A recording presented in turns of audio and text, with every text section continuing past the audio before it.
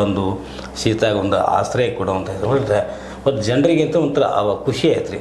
ಅಂದರೆ ಈ ಕಡೆ ಇದು ಆನಂದ ಕಂದರ ಪರಿಚಯ ಅವ್ರ ನಲ್ಲವಾಡುಗಳಿಗೆನ್ನ ನಮ್ಮ ಕಾಡೇಶ್ ಕುಮಾರ್ ಅಂತ ಹೇಳಿ ನಮ್ಮ ಗೋಕಾಕ ಕವಿ ಹಾಂ ರೀ, ಅವ್ರು ನಿಜವಾಗಿ ಸರ್ ಅವರು ಜನ ಮತ್ತು ಊರಿನ ಒಳಗಿನ ಈಶ್ವರ ಪ್ರಸಾದಿತ ಭಜನಾ ಮಂಡಳ ಅಂತ ಸರ್ ಅವರು ಕೂಡ ಆನಂದ ಕಂದರ ಹಾಡುಗಳನ್ನು ಹಾಡಿದ್ರಿ.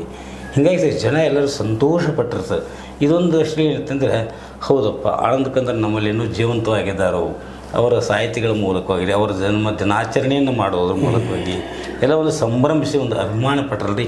ಇದೇ ದೊಡ್ಡ ಭಾಗ್ಯ ಸರ್. ಇದಕ್ಕಿಂತ ಹೆಚ್ಚಿಂದ ಏನೂ ಇಲ್ಲ ಸರ್.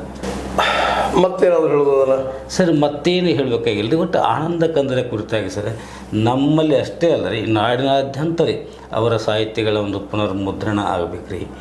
ಜೊತೆಗೆ ಅವು ಎಲ್ಲರಿಗೂ ಸಿಗುವಂಗೆ ಕೆಲವು ಗ್ರಂಥಾಲಯದೊಳಗೆ ಆನಂದ ಕಂದರ ಸಾಹಿತ್ಯದ ಕುರಿತು ಕೇಳ್ತಾ ಇದ್ದಾರೆ ರೀ. ಅದನ್ನು ನಮ್ಮ ಆನಂದ ಕಂದರ ಟ್ರಸ್ಟ್ ಐತೆ ಸರ್, ಡಾಕ್ಟರ್ ಬೆಟಗೇರಿ ಕೃಷ್ಣ ನಮ್ಮ ಟ್ರಸ್ಟ್ ಅದ ರೀ.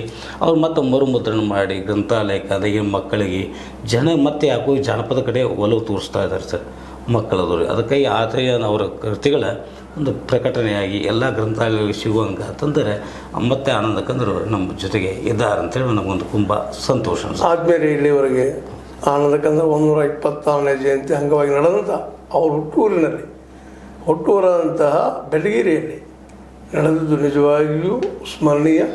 ಅಲ್ಲಿ ಭಾಗವಹಿಸಿ ಅದನ್ನು ಆಯೋಜಿಸಿ ಅದನ್ನು ಒಂದು ಯಶಸ್ವಿಯಾಗಿ ಮಾಡಿದಂಥ ಒಂದು ಹೆಸರು ನಮ್ಮ ಈ ಸ್ವಚ್ಛ ಬೆಟಗೇರಿಯವರು ಸಲ್ಲಲೇಬೇಕಾಗ್ತದೆ.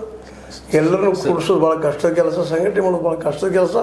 ಆ ಕೆಲಸ ಮಾಡಿ ಇವತ್ತು ಸರ್ ಇನ್ನೊಂದು ಸಂಗತಿ ಸರ್, ನಮ್ಮ ಊರಿನೊಳಗೆ ಇದೇ ಸಂದರ್ಭದೊಳಗೆ ರೀ ಈ ಭಾರತೀಯ ಸೇನೆಯೊಳಗೆ ಕ್ಯಾಪ್ಟನ್ ಆಗಿ ನಾವು ಹುಡುಗರಿ 26 ವಯಸ್ಸಿನ ಸಣ್ಣ ವಯಸ್ಸಿನಾಗ ರೀ ಕ್ಯಾಪ್ಟನ್ ಪೋಸ್ಟ್ಗೆ ಆ ಶ್ರೀರಾಮ ಶಂಕರ್ ಚಂದರಿಗೆ ಅಂತ ಅವರಿಗೆ ಆನಂದ ಕಂದರ ಜನ್ಮ ದಿನಾಚರಣೆ ಸಂದರ್ಭದೊಳಗೆ ಎಲ್ಲರೂ ಪ್ರೀತಿಯಿಂದ ಒಂದು ಸನ್ಮಾನ ಮಾಡಿದ್ದಾರೆ ಸರ್. ಯಾಕಂದರೆ ಒಂದು ನಮ್ಮ ಊರಿನ ಒಂದು ಪ್ರತಿಭೆ ಸರ್, ಚಿಕ್ಕ ವಯಸ್ಸಿನಲ್ಲಿ ಕ್ಯಾಪ್ಟನ್ ಹುದ್ದೆಗೆ ಅನ್ರಿ.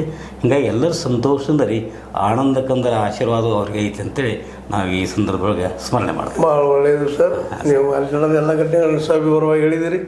ನಮ್ಮ ವೀಕ್ಷಕರು ಇದನ್ನು ನೋಡ್ತಾರೆ, ಕೇಳ್ತಾರೆ, ಜೊತೆಗೆ ತಮ್ಮ ಕಾಮೆಂಟ್ಗಳನ್ನು ತಿಳಿಸ್ತಾ ಇರ್ತಾರೆ. ಇದು ಸರಿನಾ ತಪ್ಪ, ಇಂಥವು ಮಾಡೋದು ತಪ್ಪನ ಅಥವಾ ಸರಿನಾ, ಅದೇ ಕಾಲಕ್ಕೆ ಶಿಕ್ಷಣ ಅದು ಈ ದೇಶದಲ್ಲಿ ಫ್ರೀ ಆಗಬೇಕಾ, ಎಲ್ಲರಿಗೂ ಬೇಡವಾ, ಇನ್ನೆಲ್ಲರೂ ಗಂಟಿದ್ದವ್ರು ಇದ್ದೀರಾ ಅನ್ನೋ ಸಹಿತ ಇವತ್ತು ಪ್ರಶ್ನೆ ಇದೆ. ಆ ದಿಶೆಯಲ್ಲಿ ನಿಮ್ಮ ಉತ್ತರವನ್ನು ಹೇಳ್ರಿ ಮತ್ತು ನೀವು ಜಾಗೃತಿ ಮಾಡಿರಿ. ಶಿಕ್ಷಣ ಮತ್ತು ಆರೋಗ್ಯ ಮಾತ್ರ ಈ ದೇಶನ ಎತ್ತರಕ್ಕೆ ಒಯ್ಯಬಲ್ಲೋವಿನ ಮತ್ತೆ ಅವು ಅಲ್ಲ ಅನ್ನೋದನ್ನು ನೀವು ಮತ್ತೊಮ್ಮೆ ನೆನಪಿಸ್ತಾ ಇಲ್ಲಿವರೆಗೆ ನೀವು ನೋಡ್ತಾ ಇದ್ದೀರಿ. ನೋಡಿರಿ, ಸಂತೋಷ ಪಡ್ರಿ, ನಿಮ್ಮ ಅಭಿಪ್ರಾಯ ತಿಳಿಸ್ರಿ ಅಂತ ಹೇಳ್ತಾ ಲೈಕ್ ಮಾಡಿ, ಶೇರ್ ಮಾಡಿ, ಕಾಮೆಂಟ್ ಮಾಡಿ, ಜೊತೆಗೆ ಸಬ್ಸ್ಕ್ರೈಬ್ S60 ನ್ಯೂಸ್ ಅರ್ಥ ದೇಶದ ಸತ್ಯಕ್ಕೆ ವಂದನೆಗಳು. ಧನ್ಯವಾದ ಸರ್.